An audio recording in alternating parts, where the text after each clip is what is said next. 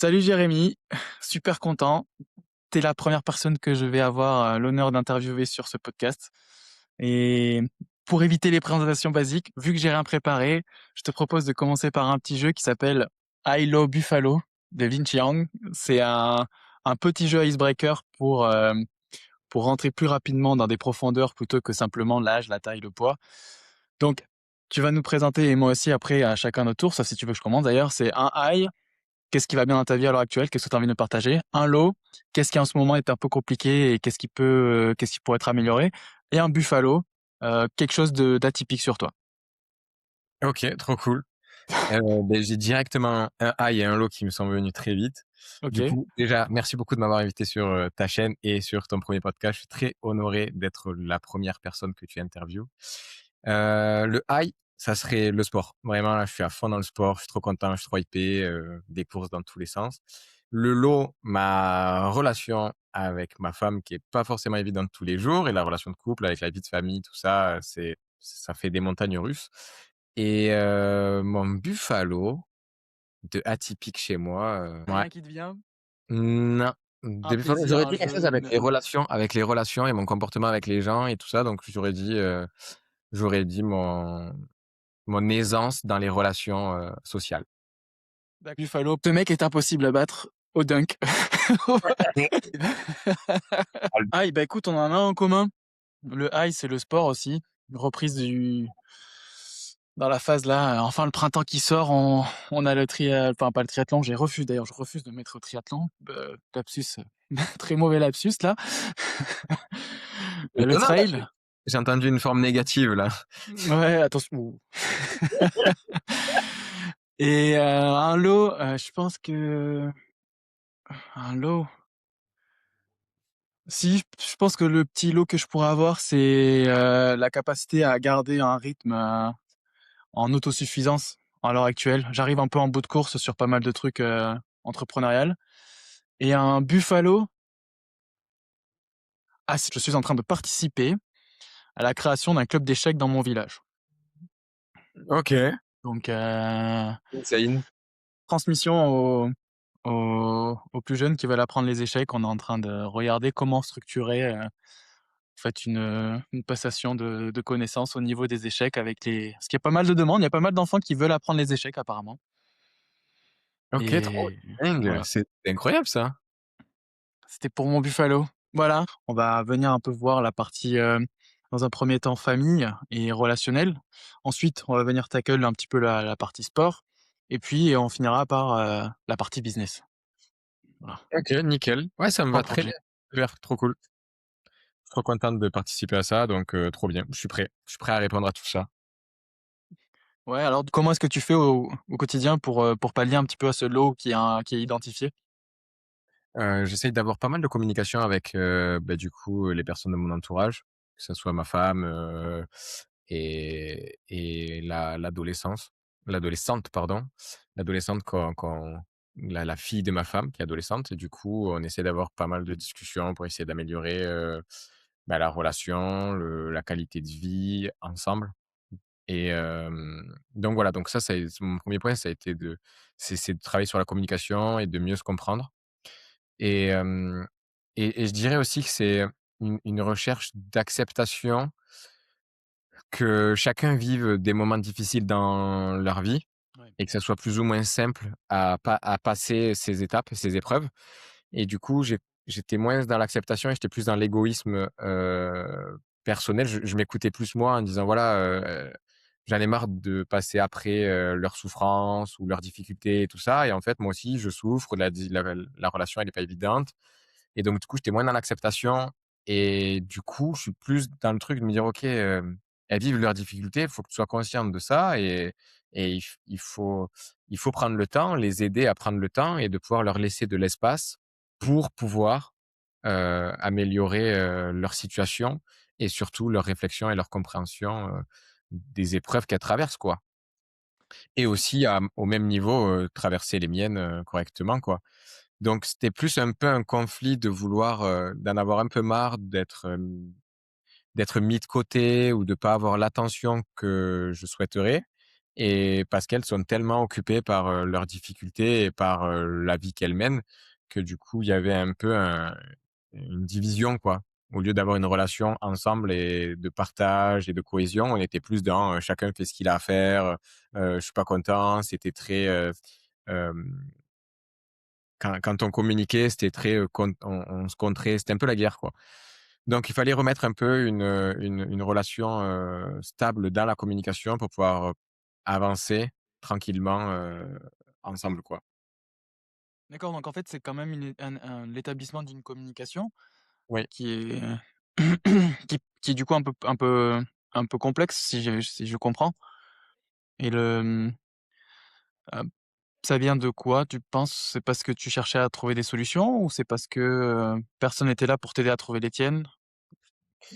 Il y a une frustration qui est venue parce qu'en fait, un jour, j'ai eu une réalisation, c'est que en fait, chaque personne doit, traverser ses épreuves, lui, en fait. Il faut qu'il les vive. Il faut qu'il vive ses épreuves. Donc en fait, même si moi, j'ai la solution à ce qu'il vit ou quelques idées pour améliorer sa diffi enfin, pour qu'il se sorte de sa difficulté, en fait, il faut qu'il vive sa difficulté, il faut qu'il la vive pleinement et il va mettre le temps qu'il faut pour en sortir. Donc en fait, connaissant ça, moi, je constate qu'elles vivent des difficultés, qu'elles vivent des choses mal et cetera et du coup, j'analyse et ça me frustre parce que je peux pas forcément leur dire et leur donner des tuyaux Ouais, et quand je le fais quelques retours et que j'essaie de leur donner des infos, ben c'est pas tout le temps bien pris parce que je suis pas la meilleure personne pour leur donner l'info parce qu'en fait, il y a toujours l'émotionnel, la relation qui est là et du oui, coup, c'est toi et tu me dis ça, mais pourquoi tu me dis ça? Enfin bref. Et en fait, ça rentre dans un truc un peu de manipulation ou de chercher d'où vient l'info, pourquoi on me donne ça, au lieu de se concentrer sur ce qui est dit et sur la compréhension de la situation. Et en fait, on se tournait pas du bon côté. En fait, la personne se tournait du côté de qui c'est qui me dit ça plutôt que de qu'est-ce qu'il me dit. Donc ça a créé une frustration, par rapport à ça et qui fait que ça nous menait à une communication compliquée et des discussions qui étaient, houleuses, quoi. oui et ça me met un truc dans la tête là, c'est vrai que là, quand on discute, le fond et la forme sont importants, notamment la forme quelquefois et je sais que tu fais partie des personnes qui prônent, une discussion non violente et dans ces moments-là, comment tu fais pour garder cette discussion non violente justement? La première chose que je fais quand j'ai une communication qui peut être conflictuelle ou qui peut vraiment partir vers du conflit, je vais toujours parler de moi. Je vais parler de ce que je ressens, je vais parler de ce que j'ai vécu et en fait, je vais tout, parler à ma vision à moi. Ça veut dire que je suis pas en train de dire que ce qu'elle a vécu, c'est faux ou que c'est vrai, peu importe. Je ne juge pas, en fait, ce qu'elle vit et ce qu'elle traverse. Je vais juste parler de moi, de ce que j'ai vu, de ce que j'ai vécu et de comment je l'ai pris et ensuite, autour de ça, on travaille. Soit elle est pas d'accord, elle m'écoute pas, enfin elle m'écoute pas dans le sens parce qu'en fait, il y a plusieurs écoutes. Elle peut me dire, «Oui, j'entends» ou «Oui, non, mais tu as pris ça comme ça alors qu'il fallait pas». Alors non. Vous voyez, ça, c'est la première erreur de «il fallait pas», mais en fait, je fais ce que je veux. Si je l'ai pris comme ça, c'est qu'il y a une raison. C'est qu'en Je fait, fais ce c'est que je passé peux. que oui, voilà et du coup, en fait, c'était les sources un peu des conflits. Donc qu'est-ce que j'ai fait? Ben en fait, j'ai tout tourné vers moi, dans le sens, enfin pas tourné vers moi, j'ai parlé que en mon nom et en mon juste personnellement et j'ai rien été, tourné vers elle. Parce que je pense que du coup, je suis pas agressif vers elle, vu que je parle que de ce que je vis et de ce que je ressens. Maintenant, ce que je dis est difficile à entendre par moment et donc du coup, ben ça amène à, sa communication à elle et à sa manière à elle de pouvoir communiquer, à son niveau à elle. Et là aussi, ça ramène d'autres complications parce que tout le monde n'a pas le même niveau de communication et les mêmes aptitudes et mêmes capacités à s'adapter dans des conflits ou des, discussions un peu compliquées, quoi. Mais oui, le niveau d'écoute de chacun, ben, directement impacter, la possibilité aussi dans la communication. C'est C'est ça, vrai et tu parlais de quelque chose là qui m'a encore une fois interloqué, qui m'a mis la puce à l'oreille, tu disais: «C'est important de laisser les gens vivre leurs expériences pour en tirer leurs conclusions».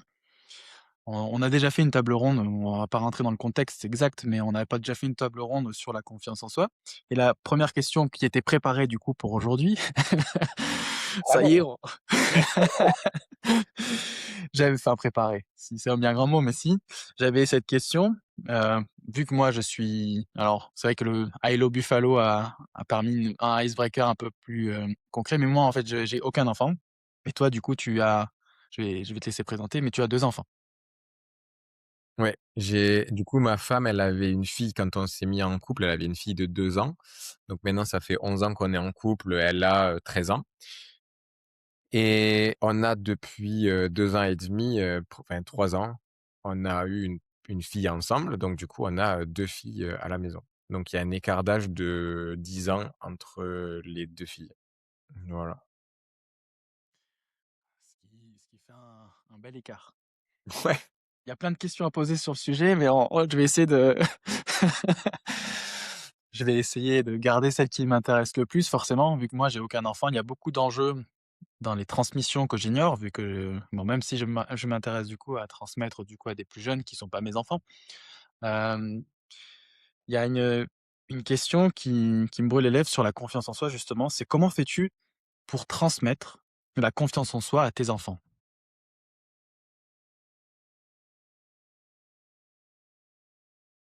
Je pense que c'est un positionnement. Je pense que tout tout est dans la subtilité de comment tu te places par rapport à ton enfant. Moi, j'ai cette, visualisation de mon enfant, il est là et moi, je me mets juste à côté d'elle. Je me mets jamais en face d'elle. Et en fait, si on se met à côté, on avance ensemble, je t'accompagne. En fait, je t'accompagne, je te soutiens, je t'aide à avancer, je t'aide à te diriger, je t'aide à évaluer les risques, ce que tu peux faire, ce que tu peux pas faire. Et en fait, je vais essayer de me positionner en accompagnant et aussi je vais essayer d'anticiper des choses qui pourraient arriver pour éviter que soit elle ait à se poser la question de: «Est-ce qu'il faut que je fasse ça ou pas?» C'est plutôt je vais anticiper de dire: «Est-ce que j'ai envie qu'elle ait cette question-là à ce moment-là? Est-ce que c'est important qu'elle ait cette question-là dans sa vie ou est-ce que je peux lui éviter ça?» Et dans ce cas-là, je vais anticiper et c'est moi qui vais prendre les devants et je vais, driver un peu, l'axe d'évolution qu'elle va prendre, en fait. Et du coup, c'est plus une question je pense que c'est une question de positionnement qui permet à l'enfant de se développer et surtout de se sentir à l'aise et en confiance dans sa propre vie, en fait. Parce que je pense que ce qui est compliqué pour les enfants et qu'il y a beaucoup avec les parents, c'est le contrôle et c'est la bride. C'est un peu: «Fais pas ça, faut faire attention à ci, quand il y a ça, tu fais pas». Hop, hop, hop, hop, hop. Moi, il y a pas de ça. On découvre ensemble quel est le danger. On parle ensemble du danger. On va évaluer une situation. On va en parler. Mais c'est très bref. Je suis pas en train de dire que je lui fais une dissertation à chaque fois qu'on va dehors ou qu'elle monte sur la table. Mais en fait, c'est plus libre.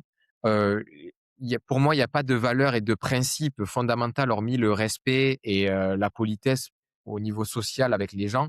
Mais hormis ça, il y a pas de règle. Moi, ma fille, elle mange sur le bar, elle a 3 ans, elle mange sur le bar. Donc elle s'assoit à ses 3 ans, je lui mets un petit rebord et elle mange sur le bar et elle est très heureuse comme ça. Et en fait, si elle a envie de manger sur le bar et que moi je mange avec elle, ça crée un super moment ensemble. Alors que si je prenais ce moment-là de ma vie et que je le mettais sur internet, que les gens verraient ce que je fais, je pense que j'aurais beaucoup de retours, hem, négatifs de cette manière de procéder. Et pourtant, je pense que formellement que moi, c'est bien pour nous parce que ça permet de créer des vrais moments de qualité et ça permet aussi qu'elle se sente libre dans son espace à elle, de pouvoir vivre, de pouvoir bouger, de pouvoir parler, de pouvoir agir sans être contrôlé. «Reste assis, mets tes mains sur la table», voilà. Il y a pas de tout ça, nous. Nous, c'est soit libre, mais par contre, effectivement, des fois, il faut qu'elle fasse attention à ses mains et à ce qu'elle fait. Des fois, elle veut se lever, elle se lève pas et voilà, en fait, il y a pas de principe et de valeurs, qu'on a transmis de génération en génération depuis longtemps. Mais nous, Mmh. on essaye de casser un peu tout ça pour revenir à dire: «Mais qu'est-ce que l'enfant, il a vraiment besoin?» Mais en fait, je pense que l'enfant, il a besoin de d'être libre, surtout quand il est jeune, pour pouvoir vraiment vivre plein de choses et ressentir surtout, les énergies qui se passent autour, les émotions que son environnement, vit, en fait et partager ça, quoi. Plutôt que d'être très directionnel et faut faire, faut pas faire, et cetera. Oui, Donc c'est une question de orienté du positionnement. coup plus, orienté plus valeur que règle au final, parce que Exactement. tu mis valeur en parlant de si j'ai bien compris, de règles en réalité. Supprimer les règles qui sont un peu transmises de dogmatiquement et s'orienter vers les valeurs profondes de respect, de politesse et de partage et de joie, quoi. Ouais, c'est ça, c'est ça. Ouais, ça serait des valeurs, mais en fait, j'ai pris le mot valeur parce que je pense qu'on n'a pas tous la même définition et je pense que la plupart des gens, la valeur, c'est, la rigueur, c'est, la discipline, Ouais. c'est en fait, c'est tellement vaste comme mot, ça englobe plein de choses et je pense qu'il y a beaucoup de gens qui se retrouveront dans la valeur de comment on doit agir en tant que parent avec un enfant et moi, ça, j'ai voulu casser les codes. Je voulais pas avoir de ça, donc c'est pour ça, aucun principe, je me suis pas dit: «OK, mon enfant, quand elle va naître, il faudra qu'elle fasse ça, il faudra qu'elle ait ci, je veux qu'elle soit comme ça. Je me le suis dit, mais de manière bienveillante, dans des trucs où je veux qu'elle soit épanouie dans sa vie. Donc, qu'est-ce que je dois faire pour qu'elle soit épanouie dans sa vie? Ben, je pense qu'elle a besoin d'un père qui est à l'écoute, qui l'accompagne dans les différents choix et surtout même dans les erreurs. Moi, j'ai envie qu'elle vive plein d'erreurs. J'ai envie qu'elle se fasse mal. J'ai envie qu'elle se découvre plein de choses, en fait, et qu'elle se sente pas bridée. J'ai envie qu'elle puisse vraiment aller à la limite du danger, quoi. Oh. Pour qu'elle se sente connaître les sensations, le ressenti. Si elle vit pas ça, ben, en fait, elle saura pas qu'est-ce que c'est cette chose-là et un jour elle va le vivre et ça sera peut-être le mauvais moment, quoi. Ah, c'est super intéressant. Je suis super content de t'avoir posé cette question. J'imaginais pas avoir une réponse aussi, aussi riche. Merci, c'est super chouette. Heu, il y a plein de trucs que tu as dit sur lesquels j'aurais envie de rebondir, mais je vais garder le dernier qui est venu en tête. À travers ces valeurs et ce partage, tu avais l'air de dire du coup que c'était une façon pour l'enfant d'explorer jusqu'à la limite sans la franchir quelque part. Ouais, en fait, c'est je pense que c'est lui faire se rendre compte que là, il y a la limite. C'est pas lui dire: «Là, tu es dans une limite», c'est plutôt de lui dire: «Est-ce que tu penses que là, tu es proche d'un danger? Est-ce que là, tu penses que» c'est en fait, c'est lui faire prendre conscience par elle-même, par son regard à elle, par son prisme à elle, de se dire: «OK, là, ça peut être une limite pour moi et dans ce cas-là, c'est elle qui se l'est fixée. C'est pas son père qui a décidé de dire que là, c'est un danger. Moi, elle arrive au passage piéton, elle arrive au passage piéton, je lui apprends petit à petit, est-ce qu'il y a quelque chose à droite? Est-ce qu'il y a quelque chose à gauche? Mais je lui dis pas: «Stop, tu t'arrêtes!» Enfin, je j'ai pas crié sur ma fille pour lui dire, «Arrête-toi avant de passer». Je lui demande pas de me tenir la main et pourtant elle passe des passages piétons et elle a 2 ans et demi. C'est une manière de voir les choses, mais voilà, de l'accompagner. C'est sûr, des fois, le danger, il arrive là et du coup, dans ce cas-là, je la reprends et je la reprends avant qu'il y ait, effectivement le danger. Donc elle peut aussi percevoir que là, ah, là, il y avait une limite. Mais quand vraiment j'en viens à lui dire, c'est que le danger, il est assez, immédiat, quoi. Ouais, c'est ce que tu dis, la différence entre se mettre en face, donc non stop, arrête-toi là et je te dis qu'en passer, comme tu dis, tu restes à côté, tu la protèges des dangers éventuels, tout en la laissant découvrir les dangers si jamais elle s'en rend compte toute seule, quoi. Exactement. C'est un peu ce que je disais tout à l'heure avec l'anticipation, des situations qu'elle pourrait vivre. Moi, bien avant un passage piéton, je la prépare au fait qu'il y a un passage piéton, qu'il y a des voitures qui arrivent d'un côté puis de l'autre et cetera et elle a 2 ans et demi. Donc oui, c'est pas parfait, c'est des exercices qu'on refait régulièrement, mais c'est même pas des exercices, c'est la vie, c'est l'école de la vie et donc du coup, en Ouais, mais fait, c'est petit à ouais, ouais. petit, donc sur ça, puis après ça va être sur autre chose, puis après ça va être sur la manière de parler avec ses parents, sur la manière de parler avec les grands-parents, sur la relation avec sa sœur, ça va être sur plein de choses et là, on parle de la petite, mais on peut parler de la grande aussi. La grande, c'est pareil à son niveau, les difficultés qu'elle peut rencontrer au collège, avec les relations avec ses amis, l'adolescence, sa manière de parler avec les gens parce que du coup, ben, là, ça y est, tu veux t'affirmer, tu veux paraître grande, tu veux tu veux couper le lien avec, tes parents. Donc c'est des phases. L'adolescence, ça fait partie c'est des symptômes de l'adolescence, ceux-là que je viens de dire et donc du coup, beh, c'est pareil, se positionner à côté d'elle et d'essayer de lui faire voir, les différentes situations, les différents points de vue et à essayer de la comprendre au mieux et pour l'aider à, évoluer dans, la compréhension de la vie, quoi. Et tout ça mis bout à bout aide l'enfant et c'est une façon de transmettre la confiance en soi, vu qu'on découvre les choses par soi-même. Exactement. Le but, c'est qu'elle vive sa vie et qu'elle se dise: «OK, si vraiment j'y arrive pas, bah, ils sont là pour me répondre, pour m'aider ou en tout cas, je peux me tourner vers eux pour avoir, leur aide, quoi». Ah ouais, génial, super. Ouais. Bah, merci.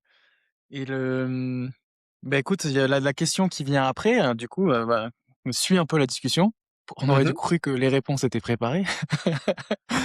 Et comment fais-tu pour transmettre, du coup, ça va rejoindre un peu ce que tu dis, mais comment fais-tu pour transmettre le sentiment de sécurité à ton enfant?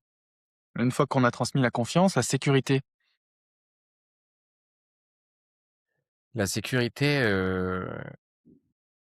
la première chose qui me vient en tête, la sécurité, je pense qu'ils l'ont.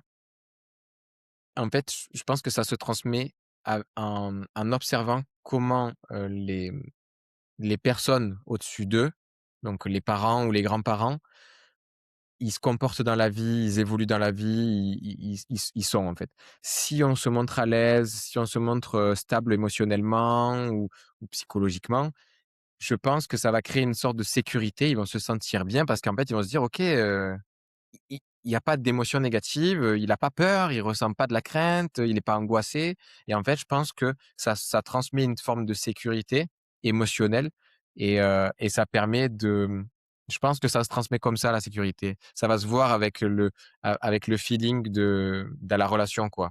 Parce que comment il se comporte mon père? Ah, dans cette situation-là, il s'est mis en colère ou là, ah, il a accepté que la personne elle lui dise ça a réagi comme ça et cetera. Et je pense que ça crée une forme de sécurité par l'exemple, en fait. Par exemple, OK. Ouais, bah, oui, oui. C'est vrai que quelque part, je suis pas parent, mais je suis enfant, donc je jusque-là, on est tous enfants, oui. Mais C'était enfant. pardon? On a tous été enfants, quoi. Normalement.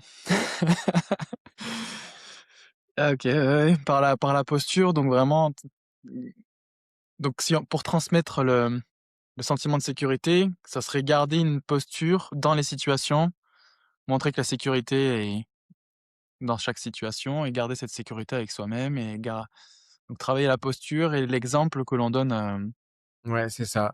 C'est ça, exactement. donc pas si on veut transmettre la posture, ça veut dire qu'il faut éviter, de se mettre dans des situations où on se sent en insécurité devant son enfant, c'est ça? Non, au contraire, je pense qu'on peut se mettre dans des situations d'insécurité. Mais par D'accord. contre, à la fois de par l'exemple, de montrer comment on va réagir dans cette insécurité-là et au contraire, ça va être un super apprentissage parce que là, on va partager beaucoup de choses et beaucoup de valeurs parce que là, l'enfant, il va vivre des choses. Il va les vivre avec nous en plus. Donc du coup, il va dire: «Ah OK, c peut-être qu'il va percevoir que ça a été difficile pour, les parents ou pour les grands-parents» et en fait, il va avoir de l'expérience de cette situation-là et ça va lui servir et après avec la communication ou hem, ou l'écoute ou le fait de remettre de la sécurité dans un autre cadre, ben, en fait, ça va permettre qu'il comprenne des choses, je pense, par le temps. J'imagine, je sais pas trop. D'accord. Oui, parce que c'est vrai que en écoutant ce que tu as dit, par transposition, je me serais dit que c'était, du coup, quand même éviter, les moments où on est en insécurité. Si on transmet la sécurité par positionnement, si on est dans une position d'insécurité, on transmet la position d'insécurité. J'ai fait de Bah, la transposition et les ouais, complètement. Je pense que, bah, dans tous les cas, il y a de grandes chances que dans notre vie, on vive des moments d'insécurité et c'est oui, aussi réel de leur montrer aux enfants qu'on vit l'insécurité et qu'il faut faire avec. Maintenant, c'est comment tu vas réagir dans cette insécurité-là, quel comportement tu vas aborder, enfin voilà et c'est là l'exemple qui vient, même dans les moments d'insécurité et au final, faire ressentir la sécurité. OK, ça a l'air difficile, mais il a ce comportement-là qui est rassurant, qui est encore bon, émotionnellement, la personne, elle se sent bien. OK, ça va, au final, ça va. Même si c'est un moment même si c'est une situation un peu compliquée, ça va. donc en quelque sorte, élargissant notre propre zone de sécurité, quoi. Exactement. Voilà. Ouais. OK. Ouais, bah, c'est super intéressant, de voir comment tu procèdes avec les enfants, de manière générale. C'est super enrichissant. Inspirant aussi, si un jour j'en ai. J'avoue que l'exemple que tu as donné m'a beaucoup, inspiré, et ça montre des chemins et des voies, que je pense j'avais jamais dans ces termes en tout cas, jamais entendu. Donc c'est bien d'avoir, une belle perspective. Est-ce que tu as Après un Si ouais, si je peux vas-y. ajouter un point sur, la famille et tout ça, c'est que, aujourd'hui j'en suis là avec, cette réflexion-là parce que on a énormément appris avec, du coup la première qui moi est rentrée dans ma vie à une phase où, beh, j'étais super jeune, j'avais, 20 ans ou 21 ans c'était très, j'étais un bébé, en fait. J'étais un bébé d'adulte et du coup, gérer un enfant de 2 ans, qui venait de vivre une séparation, avec ses parents, même s'ils conscientisaient pas ça, parce qu'à 2 ans, on prend pas conscience de ce genre de choses, mais par contre, on vit les émotions, on vit les sentiments qui sont autour, voilà, donc elle est venue avec un bagage émotionnel assez chargé. Moi, j'avais le mien et j'avais beaucoup de principes et de valeurs à ce moment-là. Pour moi, un enfant, ça doit avoir cette place-là, ça doit faire ça doit se taire, ça doit écouter ses parents et tout ça. Et en fait, je suis foncé dans le mur. J'ai vraiment foncé dans le mur pendant beaucoup d'années. Même pour moi, c'était D'accord. beaucoup d'années parce que c'était long et c'était dur à vivre, autant pour moi que pour ma femme, que pour la petite, que pour notre entourage général. Parce que ça se voit en fait que c'est dur et que la situation elle est compliquée. J'ai fait beaucoup d'erreurs et là, j'ai la responsabilité. Après, on a tous la responsabilité à notre niveau. Ma femme, la petite aussi, elle a sa responsabilité. Mais il n'empêche que j'ai conscience de la mienne et j'ai eu beaucoup de comportements qui étaient pas bons, mais qui m'ont permis donc de faire ces erreurs-là. Ça m'a permis vraiment de de travailler sur qu'est-ce qui était pas bon, qu'est-ce que je voulais améliorer, analyser les choses, me poser des questions pour, vraiment, faire évoluer la relation, faire évoluer l'enfant, le petit être et voilà, c'est ce qui fait que j'en suis arrivé là, avec cette réflexion-là pour ma fille maintenant qui a 3 ans et mais sans ça, peut-être sans ça, j'en serais pas là. Donc au final, ça montre encore que, dans la vie, quand on fait des erreurs, on a le choix de décider de soit on n'est pas d'accord avec ce qu'on a fait et dans ce cas-là, on se morfond, on n'est pas content et cetera. Ou alors non, on part de l'avant et on cherche toujours à essayer d'améliorer, on cherche toujours à faire mieux. Et au final, j'ai ce résultat-là qui, pour moi, est une bonne chose, mais peut-être que dans 10 ans, je dirais: «Franchement, je vais constater que mon comportement que j'ai avec ma fille, il est pas bon, j'ai fait des erreurs, s'il faut il va lui arriver un accident». On ne sait pas de quoi demain est fait. En tout cas, aujourd'hui, c'est Exactement. aligné avec la personne que je suis et ça me ressemble et aussi à 20 ans, ma manière de faire était alignée avec ce que j'étais à ce moment-là de ma vie. Donc j'accepte aussi d'être passé par là et d'avoir fait ces erreurs-là, même si c'était très dur à vivre. Mais il n'empêche que c'était aligné à ma personne de mes 20 ans et aujourd'hui, je suis aligné à la personne que je suis et j'essaye de toujours être aligné, quoi. Bah, génial. Et bah, je la petite question bonus, parce que c'est vrai que quand on en avait parlé au démarrage, tu avais dit qu'on allait en parler un tout petit peu. J'ai une petite question bonus, c'est comment fais-tu pour dormir quand tu as un enfant en bas âge? Je Une astuce pour pas trop, est-ce que tu as découvert une astuce, quelque chose? franchement, déjà, il y a le côté émotionnel et aussi, le devoir. Je pense que quand on a, un enfant, on sent le devoir de la responsabilité et surtout d'être là pour l'enfant, peu importe ce qui lui arrive dans sa vie et donc quand elle vit des difficultés dans une nuit, quand, ça se passe mal, ben, c'est humain, en fait et naturellement, on va s'en occuper, on va auprès d'elle, on essaye de faire en sorte que ça aille mieux et donc du coup, hem, les nuits sont chamboulées. La plupart des nuits sont chamboulées. Je ne sais pas jusqu'à quel âge. Pour l'instant, ça l'est encore et ça va ralentir, je pense, vers les 6 ans, quoi. Mais en tout cas, pour l'instant, de 0 à 3 ans, pour l'instant, le sommeil, il est chamboulé. Je dirais peut-être que le meilleur conseil que j'ai, c'est de s'organiser avec son partenaire, de, de dire: «OK, j là, je veux j'aimerais avoir une nuit de sommeil». Je sais pas comment l'aborder, mais en fait, faut faire un comme un accord avec son partenaire et dire: «Voilà, ce soir, j'aimerais faire que la nuit, elle soit, bonne pour moi en tout cas, donc ce soir, je me lève pas. Si tu peux faire la nuit, si jamais il y a quelque chose» et moi, j'essaye de vraiment dormir et de pas être réveillé et tout ça et ça, pour moi, c'est la meilleure chose, mais il n'empêche que si ça fait du bruit et si on est réveillé par l'enfant, dans tous les cas, on sera réveillé donc au final, on va ressentir le devoir d'aller auprès d'elle pour l'accompagner dans ce moment-là. J'ai pas d'autre chose pour le sommeil, Oh, ça a pas d'âge. on est réveillé, quoi. Bon, bah, super. Ça va clôturer le chapitre famille pour entrer dans le bah, du coup, on est commencé par ton lot et là, le prochain chapitre, c'est le high, le sport. Et encore une fois, dans cette envie de transmission, heu, comment transmettre? Alors là, je vais parler vraiment on parlait du trail ensemble, on commence à faire quelques trails, du sport et du partage dans le sport de manière générale. Comment transmettre? Ça, c'est une question qui me taraude un petit peu. Comment transmettre le goût de l'effort? Comment f comment penses-tu, cela possible? Je pense que c'est un peu pareil, que l'éducation. Je pense que c'est une question d'exemple. En fait, D'accord. je pense qu'on peut transmettre si nous, parents, on fait du sport, on va transmettre des valeurs sportives et on va transmettre un goût pour, l'effort, pour se mettre en mouvement, pour faire des choses et l'enfant, il va grandir avec ça, il va évoluer avec ça.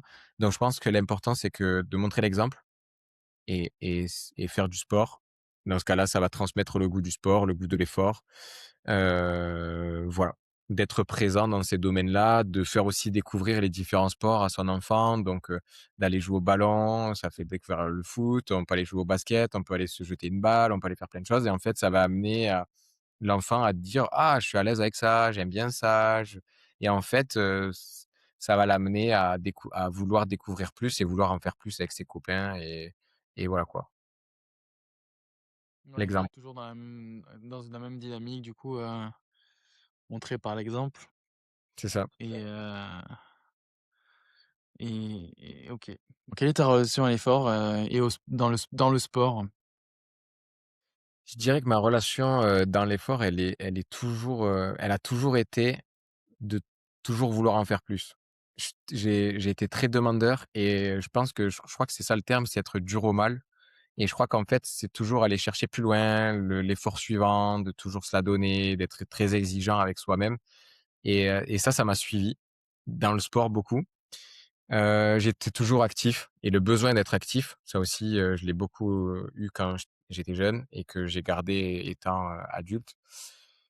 Hem et après mon rapport au sport, ben ouais, c'est ça, je prends du plaisir à être dans l'effort, je prends beaucoup de plaisir à faire du sport et ce que je trouve de bien dans le sport, c'est le partage.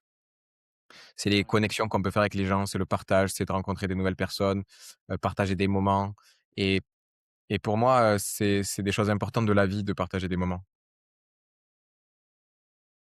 Ouais, d'accord et tu parlais du coup de cette, dynamique de chercher l'effort supplémentaire. Est-ce que tu as une,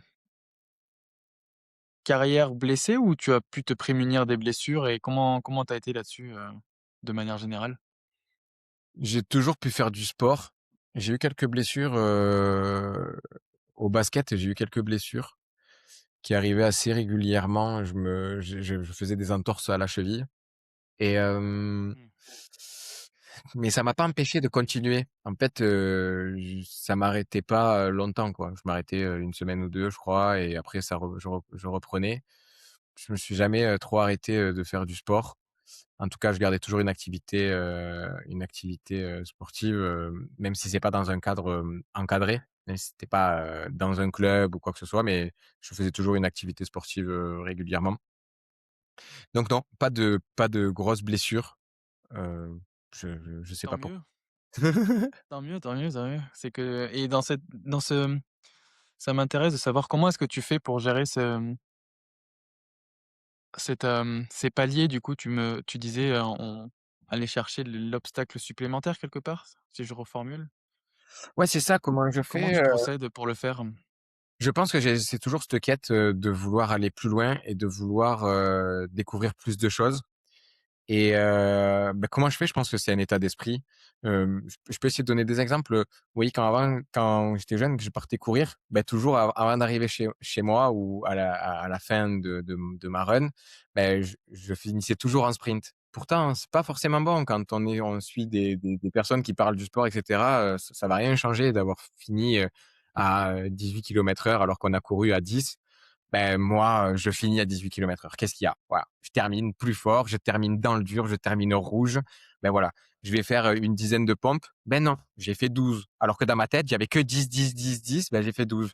Parce que tout le temps, je sais pas pourquoi, c'est toujours de dire: «Mais n'écoute pas ce que tu as dans ta tête, n'écoute pas l'info que tu te donnes, écoute le ressenti que tu as quand tu fais l'effort.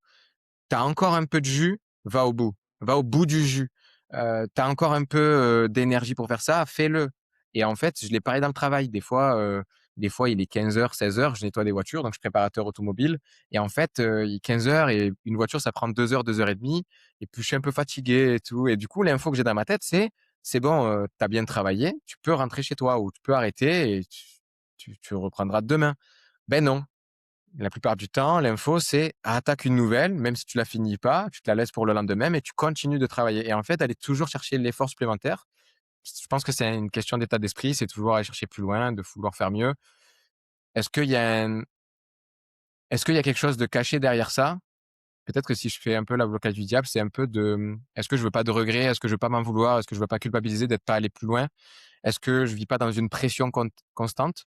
Je sais pas, j'ai pas les réponses. Je me sens super bien avec ça et je trouve que c'est une belle valeur qui m'a construit et qui a fait ce que je suis aujourd'hui et c'est une bonne chose, quoi. Pour moi, c'est une bonne chose. D'accord, ouais, ouais et c'est du coup, c'est quand même léger, c'est pas dans le je Extrême, non, passe, pardon? non. C'est pas extrême, non. Oui, Je pense voilà.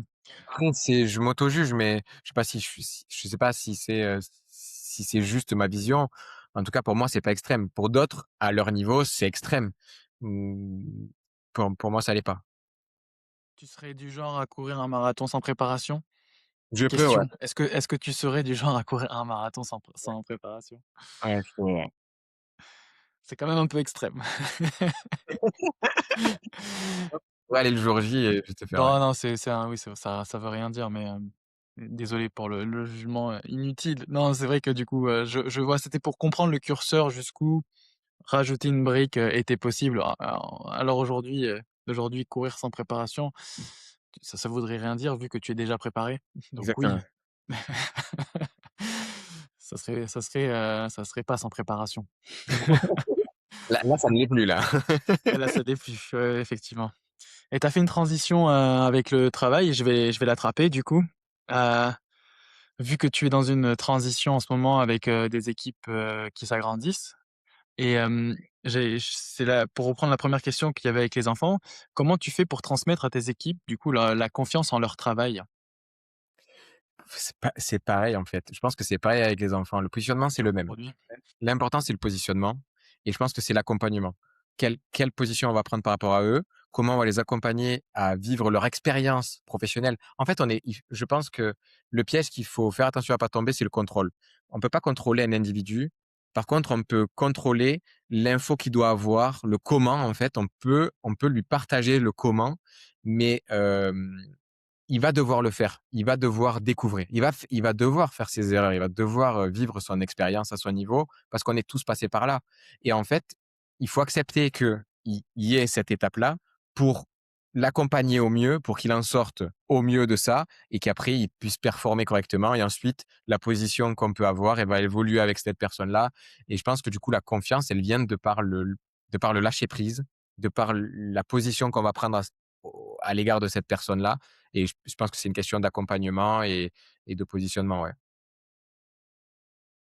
D'accompagnement et de positionnement. Et oui. Là, en fait, il y a des informations qui viennent dans ma tête et du coup, ça me soulève des questions. Hem,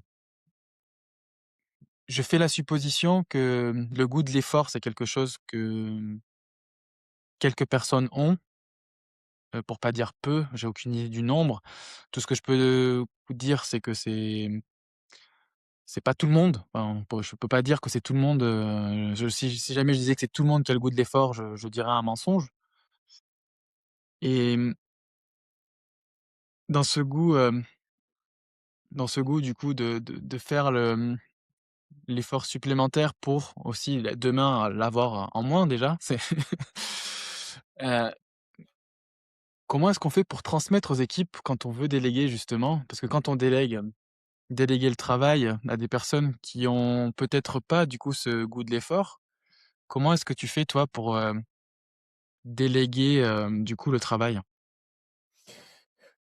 Je pense qu'il faut qu'ils aient une forme de liberté et je pense qu'on peut aller trouver un peu, cette forme d'aller les faire chercher un peu plus, c'est en les challengeant. Je pense que l'objectif ou les challenges qu'on leur met, il faut qu'ils soient adaptés à leur personne déjà, à leur personnalité. Parce qu'on peut pas faire: «OK, on peut pas faire un process de comment on challenge. Non, je pense qu'on doit s'adapter à chaque profil parce que cette personne-là, elle va se challenger à ce niveau-là, mais par contre, elle sera moins bonne sur un autre plan et par contre, elle va être bonne sur un autre et cetera. Donc en fait, je pense qu'il faut s'adapter à différents profils et je pense qu'il faut challenger un peu la relation et le travail.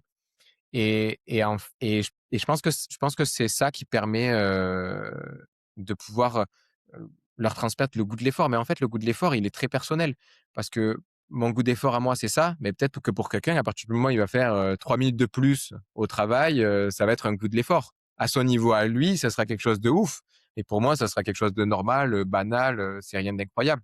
Quelqu'un qui va faire une journée de 10 heures et quelqu'un qui va faire une journée de 8 heures, s'il faut, le mec de 8 heures, il est dans l'effort. Alors que celui de 10 heures, il va dire: «Mais mec, pas du tout, ça je fais tous les jours 2 heures de plus que toi, ça, c'est du coup de l'effort». Mais s'il faut, il y a une personne qui fait 20 heures par jour, alors du coup, lui, il dit quoi de la personne qui a fait 10 heures? En fait, c'est toujours pareil, ça veut tout et rien dire. Moi, je pense qu'il faut comprendre la personne, ce qu'elle est et qui elle est et pourquoi elle fait ces choses-là et en fait, je pense qu'une fois qu'on comprend réellement les personnes comment elles sont et beh, ça permet de pouvoir s'ajuster, travailler sur le positionnement, du coup, comme je faisais que le dire et en fait, de pouvoir vraiment trouver des challenges intéressants, mais surtout de savoir quand est-ce qu'ils sont effectivement dans l'effort, quand est-ce qu'ils sont en difficulté, quand est-ce qu'ils sont en confiance et en fait, de pouvoir amener des solutions ou amener des facilités dans les différentes situations. Pour que ça soit mieux dans l'effort, pour que ça soit mieux à vivre dans les situations compliquées, pour voilà, pour que améliorer, les choses que la personne elle a le plus de mal à faire et par contre là où elle est à l'aise, beh, peut-être la challenger pour la booster à toujours vouloir faire un peu plus ou à faire mieux ou à se sentir plus à l'aise avec ça. Enfin voilà, accompagner. C'est Ouais. une question là, tu l'as utilisé plusieurs fois ce mot. Qu'est-ce que tu mets derrière le mot challenger? Challenger, je dirais que c'est, trouver un peu des objectifs, de trouver des petites étapes d'objectifs pour aller vers quelque chose. En fait, on aurait un but éloigné, dire: «OK, je sais pas moi, cette personne-là, elle voudrait pouvoir s'acheter une maison», par exemple. Mais OK, son but, c'est d'avoir un certain portefeuille pour pouvoir acheter une maison, pour avoir une certaine stabilité financière. Et bien, en fait, OK, ton but, c'est ça. Donc, du coup, en gros, qu'est-ce que tu vas aller chercher? Tu vas aller chercher un confort de vie ou tu vas aller chercher un confort de vie en termes d'énergie, donc pas trop donner au travail. Donc, en gros, cette personne-là, elle voudrait avoir le maximum d'argent avec le moins de temps passé au travail. Donc, l'argent au temps passé. Il y a une autre personne, elle va vouloir faire beaucoup d'argent et passer beaucoup de temps. Et en fait, je pense que c'est challenger en fonction de ce qu'ils ont besoin et en fonction de leurs objectifs, trouver des petites étapes intermédiaires pour les amener à leur objectif. Je pense que Donc c'est du devoir de la personne accompagnante, ça. donc le challenge, c'est leur mettre des objectifs, à Court court terme. terme à atteindre, et comment est-ce que tu fais pour, faire en sorte qu'ils les atteignent? Parce que mettre un objectif, si ça suffisait pour les atteindre, beaucoup de gens, on serait tous bien plus loin que ce que l'on est aujourd'hui. Mais ça rejoint un peu ce qu'on avait dit avant. Je pense que chaque personne a besoin de vivre, ces choses et je pense qu'en fait, c'est de leur responsabilité à eux d'atteindre ou pas leur challenge. Je pense que c'est de leur responsabilité à eux de dire: «Le challenge, il est trop élevé, je suis pas en mesure de l'atteindre», de partager un peu leurs difficultés et dans ce cas-là, de peut-être arriver à leur apporter de l'aide ou pas si on sent qu'ils sont encore dans un schéma, où ils sont assez fermés, où ils ont pas envie de débloquer ou qu'ils ont comme un plateau de verre et dans ce cas-là, on va les accompagner ou alors on va les laisser vivre leur plateau et le péter avant de pouvoir les accompagner juste derrière. Je pense que, c'est la responsabilité de chacun et en fait, c'est sa vie. Moi, je peux pas contrôler sa vie à ces personnes-là et je peux juste les aider à ma manière et être D'accord, ouvert à la discussion pour améliorer tout ça. et c'est un alors c'est aussi un quelque chose, qui m'intéresse de savoir, comment est-ce que tu vois ça? Un plafond de verre, s'il était visible, on l'appellerait pas comme ça. Donc les gens sont souvent bloqués par ce dit plafond, justement parce qu'il est invisible et qu'on reste souvent bloqué pendant un moment avec ce dit plafond, parce qu'on ignore son existence. Comment est-ce que tu fais du coup dans ces moments-là? Parce que là, tu as sûrement peut-être un exemple particulier à partager avec un collègue, ou un collaborateur, qui te fait dire, qui te fait l'accompagner à casser ce plafond de verre. Mais on souvent nous n'avons aucune conscience de ce plafond. Mais je pense qu'on n'a pas les mêmes plafonds et je pense que en fait, on a chacun nos différents plafonds et je pense qu'en fait, un plafond, c'est Ah des oui, oui. zones bloquantes. c'est des zones bloquantes, OK, tac, je suis en train de bloquer sur ça, mais est-ce qu'on a conscience ou est-ce qu'on n'a pas conscience qu'on est en train de bloquer sur ça? Pas toujours. Je pense que ce qui est important, c'est de se reconnecter avec soi, de se poser les bonnes questions, de se remettre en question et d'évaluer la situation, de dire: «OK, je suis en train de vivre ça, mais pourquoi? Est-ce que je me sens bien? Est-ce que je me sens mal?» Et en fait, je pense qu'il y a tout un tas tout un process à mettre en place pour soi, pour arriver à se comprendre, pour arriver à étudier la situation et hem et je pense que pour les autres personnes qui vivent, autour de nous, je pense que c'est plus facile pour nous de voir là où ils sont en train de bloquer, donc de voir leur petit plafond et du coup de pouvoir: «OK, là il est dans ce moment-là, Heu, je le laisse vivre son truc pour voir jusqu'où ça l'amène et je le reguiderai si je vois que c'est en train, de l'échapper ou qu'il est en train de se laisser faire ou qu'il est en train de, voilà, d'être gagné par cette situation-là qui lui est difficile et en fait, je pense que c'est encore une fois, c'est une question d'accompagnement et heu et oui, effectivement, on sait jamais trop, si on est dans un plafond ou pas, parce que je pense qu'on est il y a beaucoup de bruit, en fait. On vit tous les jours avec énormément de bruit, que ce soit, les téléphones, le travail, les relations et en fait, on est chargé dès le réveil. On se réveille le matin, poum, on est chargé et en fait, ça fait tellement de bruit dans notre tête et dans tout ce qu'on vit que du coup, je pense qu'on fait plus attention à des détails qui sont super importants et en fait, les infos, on les a. Donc du coup, les plafonds, on peut savoir qu'on est dans un plafond. Maintenant, on peut prendre conscience aussi qu'on n'est pas forcément dans un plafond, heu, on peut prendre conscience qu'on est dans un plafond, mais on peut aussi accepter d'avoir ce plafond-là parce qu'on sait que c'est ce qu'on doit vivre à ce moment-là et qu'en fait, ça va évoluer au fil de notre vie et qu'en fait, ce plafond-là, il va tomber à ce moment-là et qu'en fait, on va continuer de pouvoir avancer, mais en ayant conscience qu'on a ce petit blocage-là, mais qui est normal dans notre parcours ou qu'on est capable d'accepter parce que, ça fait partie de nous et voilà. Je pense que je pourrais dire ça par rapport à ta question, ouais.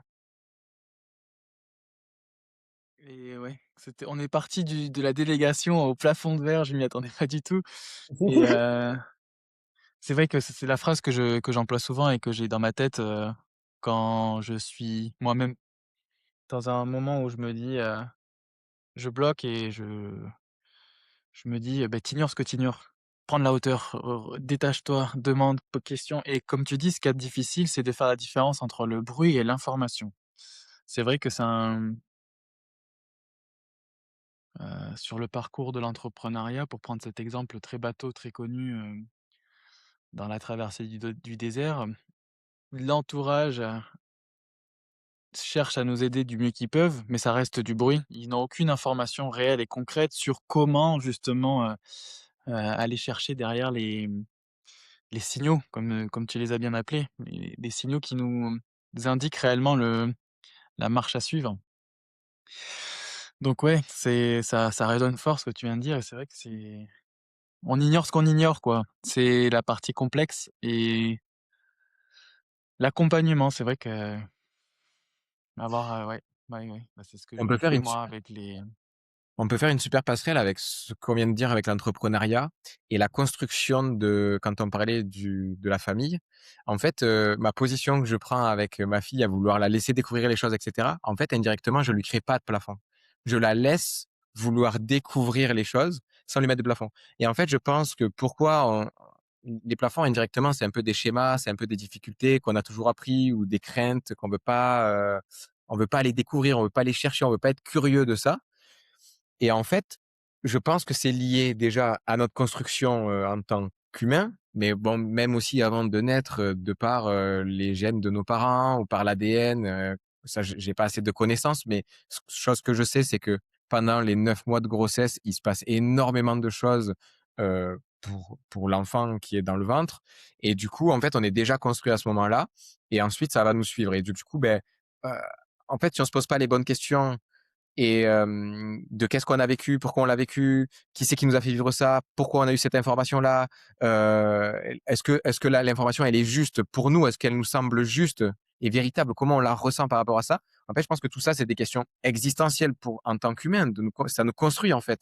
En fait, on s'est ouais. fait construire par des personnes qui ont eux aussi des schémas, qui ont eux aussi des plafonds et ils nous ont communiqué Mais leurs craintes. c'est exactement ce que j'avais en tête ce que tu dis, quand c'est vrai que quand on se met en position du coup d'insécurité, on transmet cette insécurité qui du coup crée en fait une forme de plafond, inconscient, un plafond inconscient du coup, On trans c'est la tran ça pa ça transmet en fait un plafond inconscient. Exactement et après du coup, beh, quand on arrive à l'âge adulte, bah, forcément il y a tous les plafonds qui sont là, qui sont visibles Oui. ou invisibles, mais en fait, comme on a tellement eu l'habitude de le vivre, beh, pour nous, on sait plus que c'est un plafond parce qu'en fait, c'est normal pour nous. Bah, ce que je vis, c'est normal. Bah, non, c'est pas normal. Tu crois que c'est normal parce que tu as toujours eu ce schéma-là. C'est normal, enfin, oui, ça. Alors, ça dépend ce qu'on veut mettre derrière le mot normal, mais oui. Oui, c'est les gens qui se disent que c'est une normalité de vivre ça par rapport à d'autres, en comparaison. Comment est-ce qu'on passe à l'étape d'après, vu qu'on a un monde fini? Si une fois qu'on est bloqué, par, le nombre d'embauches, pour mettre des grandes lignes, comment est-ce qu'on passe à l'étape d'après? Bah, si tu peux plus si tu es au max de ce que tu avais à faire, comment tu fais pour passer à l'étape d'après une fois que tu es au max de ce que tu pouvais faire, c'est ça? C'est ça la question?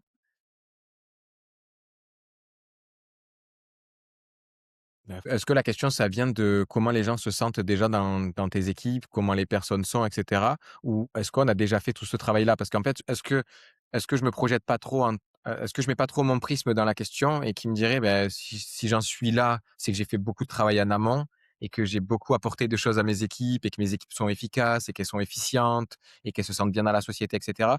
Donc du coup, la réponse que j'aurais eu envie de te donner, c'est ça, c'est de chercher à optimiser, les équipes, à faire en sorte qu'elles se sentent mieux. Parce qu'en fait, j'ai pas une quête de vouloir être, j'ai pas une quête d'abondance, j'ai une quête de mieux vivre. J'ai une quête de mieux vivre ensemble et du coup, c'est vrai que la question comme tu l'as, elle me fait vite me faire la tourner vers l'abondance, alors que c'est pas quelque chose qui m'anime.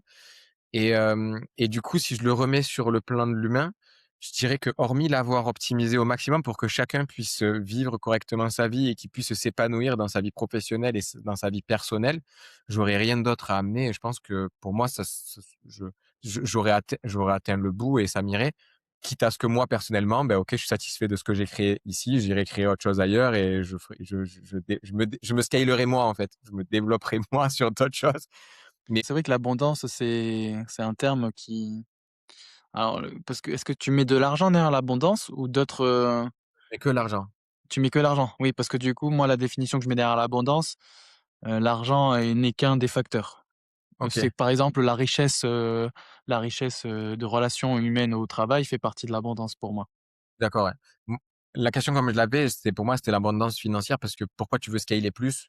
Souvent de scaler, ça doit te permettre de faire plus d'argent ou de développer encore plus ton chiffre d'affaires ou alors de valoriser au mieux ta société et donc dans ce cas-là, la quête de développement, elle est dans le combien tu vas faire à la fin, combien tu vas gagner, combien tu vas pouvoir en sortir.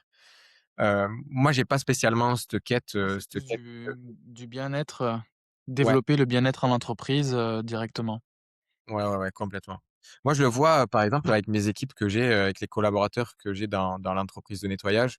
Heu, on l'a pas toujours fait, en tout cas à petite échelle et à chaque fois, j'allais faire des activités sportives avec mes collaborateurs, et aussi à la fois passer des moments aussi d'échange, de partage, que ça soit au restaurant, que ça soit, lors de soirées ou de choses comme ça, mais pas des soirées, moi j'aime pas trop les soirées, mais faire un petit comité, on se retrouve et on échange en fait ensemble sur ce qui se passe dans l'entreprise, comment les gens y vivent le professionnel et même aussi le personnel. Je connais la plupart des vies de mes collaborateurs et c'est important pour moi de savoir dans quel environnement ils évoluent et qu'est-ce qui peut leur arriver, comment ils ont leur état d'esprit, comment je peux pouvoir les aider, et cetera. Et je pense que c'est la responsabilité de la personne qui encadre tout ça ou qui manage tout ça, quoi. Bah, ouais, OK. Bah, c'est du coup, un scaling d'abondance, et respect, bien-être, quelque part, OK, génial.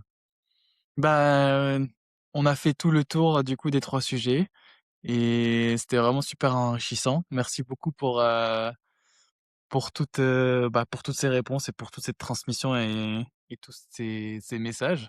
Est-ce que tu as un petit mot de la fin à ajouter, pour la première interview?